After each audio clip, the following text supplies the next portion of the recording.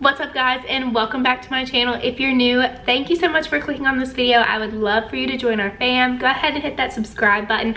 Today I am bringing you a baby shower prep video. I asked over on my Instagram which kind of video you would like to see next, and this was the most requested. If you're not following me on Instagram, I'll leave my handle down here. It is just at Lexi Persons. I'd love to have you over there as well as on YouTube. I love all the support that you guys are giving me. So much feedback. I'm just so grateful and so thankful for all of you guys. Today this video is going to be full of cooking, cleaning, some prep, some like setup and declutter and all that great stuff.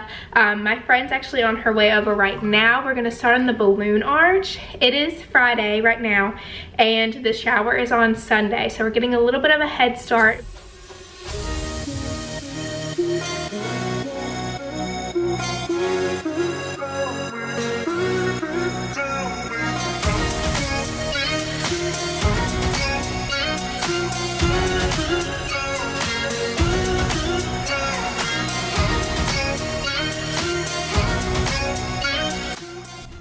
So I don't know about you guys, but I love any chance that I get to make a balloon arch. They are so fun. They make parties just so much more vibrant, and they're such a great big decoration tool. I got this one off of Amazon. That's actually where I get all of my balloon arches. I highly recommend them. I also highly recommend getting a balloon pump. I got this one at a resale store for about $5, and let me tell you, it's the best $5 I've ever spent in my life.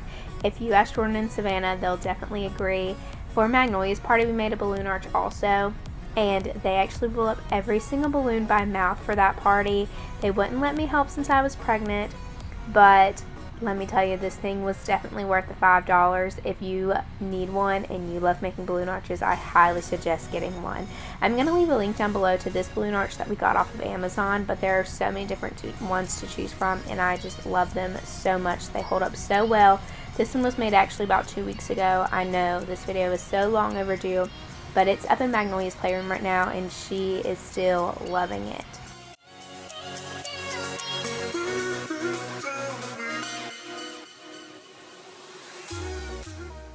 So we're actually starting off the cleaning portion of the video. It is the next day, Saturday morning, and I am just kind of quick cleaning and spraying out the shower. I didn't need to necessarily deep clean it yet, so I just sprayed it out with some daily cleaner. It smelled so good. It's actually a mint scent and eucalyptus, and it just was amazing. It smells so good. I love using it, but I'm just spraying it out, and then I'm also going to clean the toilet and the sink area, just kind of quick clean this bathroom so that it's clean for our guests during the party.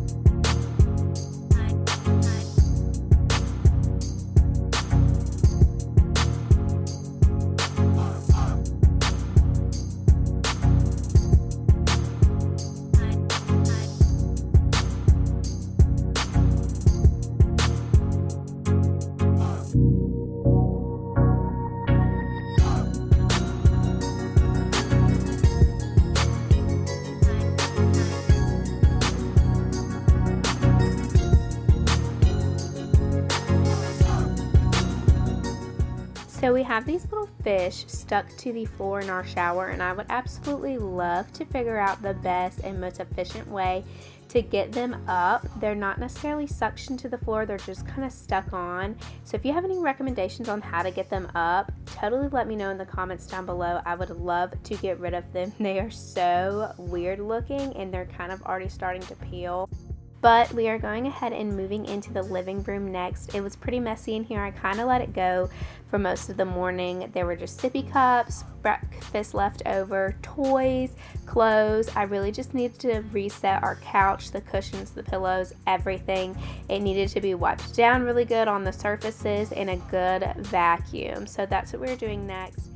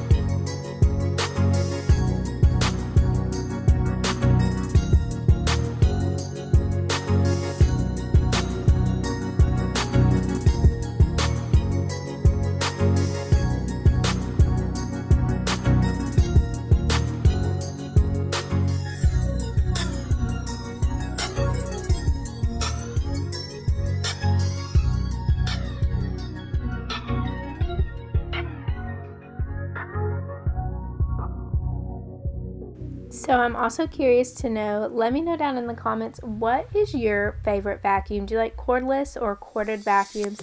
I actually love my corded vacuum. I just feel like it has so much better suction. I've personally never extensively used a cordless one. I've had one before. It wasn't like a great brand or anything. Maybe that was my problem, but I absolutely love my corded vacuum. It is a little bit of a hassle having to move the cord around, but the cord is pretty long, so I'm able to usually do an entire room, if not 2 rooms, before I have to move it. But let me know down in the comments what your favorite vacuum is and whether you use a corded or cordless one.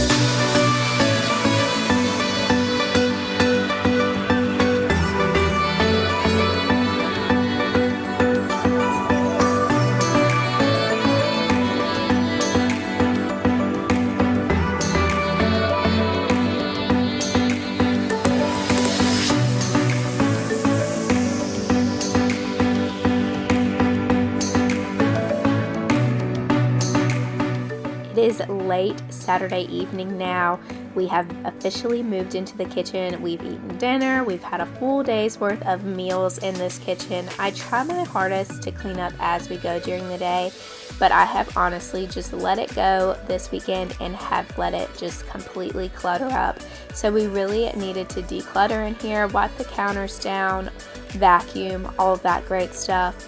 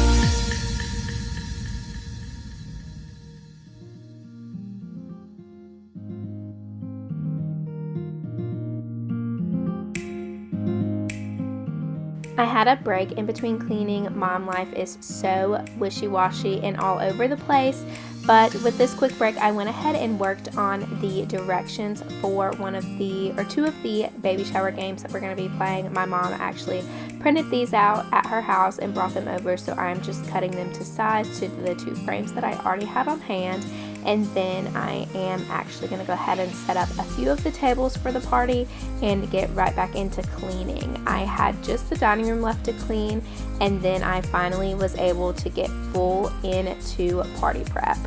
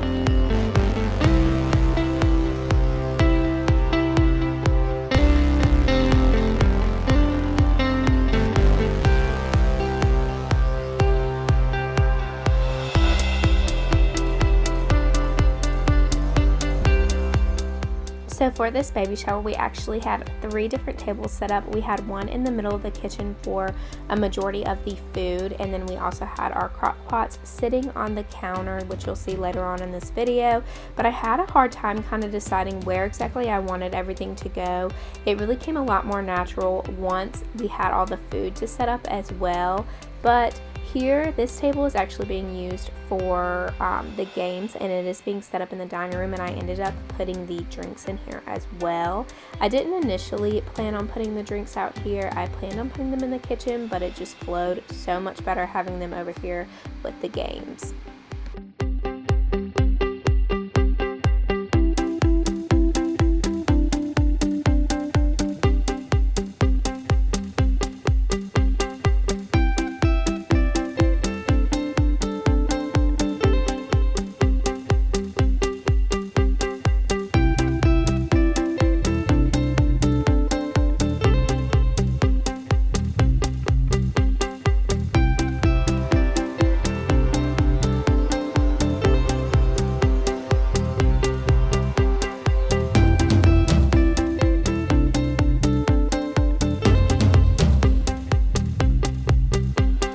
So it is the morning of the party and it is food prep time.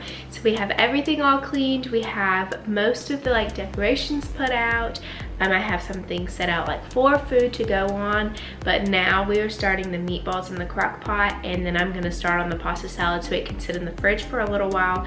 My friend Savannah is making some Oreo balls from Rice Krispies and a couple of other things, and then we're also getting some donuts instead of like cake or cupcakes. So I'm super excited to share these recipes with you guys. This first recipe I actually got here on YouTube from Tiffany Beeson. If you're not following her, I highly recommend it. Her channel is so motivational and so like, you just gotta be following her, especially if you're a mom. But I'm gonna go ahead and share this recipe with you guys and just start making this. Let it sit in the crock pot all morning, and then we're gonna move on into the pasta salad.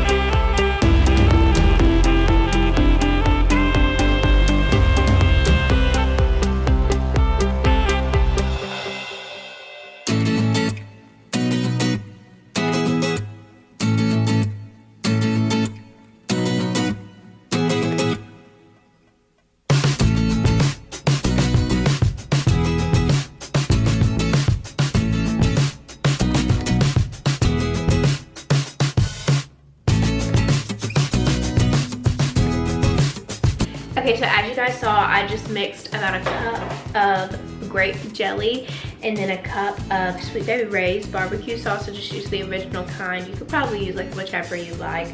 And I like to mix it in a bowl just because I feel like it kind of covers the meatballs a little bit better.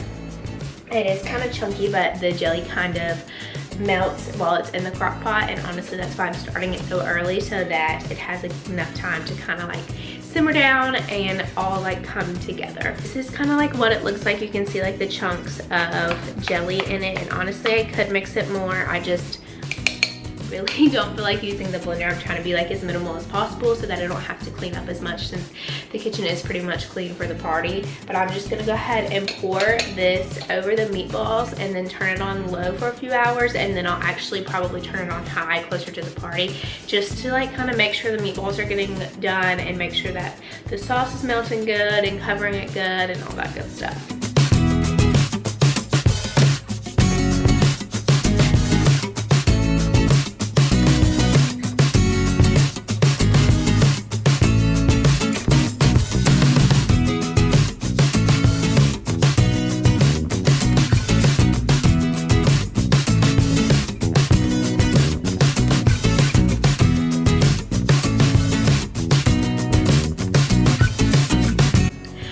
While I have the water boiling for the pasta salad, I want to go ahead and tell you what all I'm putting in it.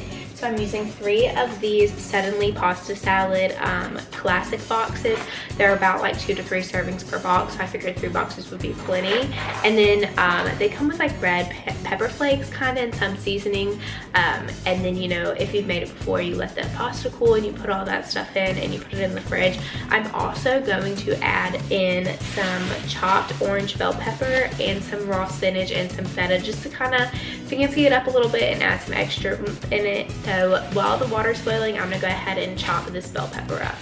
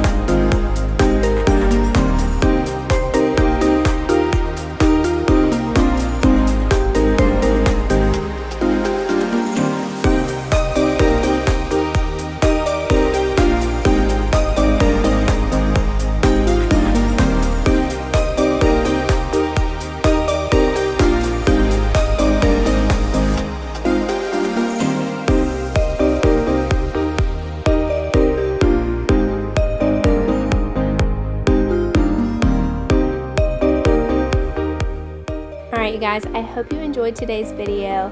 This was jam-packed with a bunch of cleaning in preparation for the party and a lot of decorating. I was very back and forth with where I wanted things to go and how I wanted it set up, but ultimately I think it turned out so cute.